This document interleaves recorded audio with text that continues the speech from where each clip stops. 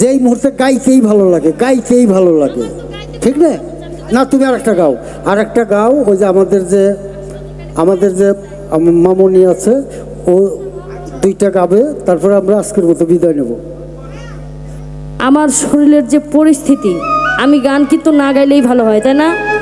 কিন্তু অনুরোধের গান যদি না করি, আমার ভাই, বড় ভাই সোহেল খান কিন্তু আমাকে যাইতে দেবে না এই মানিকগঞ্জ থেকে। তো এই গানটা গাইতেই হবে, আমার যে স্টেজে যাই গাইতেই হয়। এখন গলা ভাঙা আছে, তাও আমার ভাই বুঝতেছে না, গাইতেই হবে। তো যেটুকু পারছি সেইটুকুই গাচ্ছি। এই গানটা হলো ভাইরাল হয়ে গেছে, কি করব? যে কোনো গান ভাইরাল হলে সে করার নেই, সবাই মিলে আমরা গাই। আসি।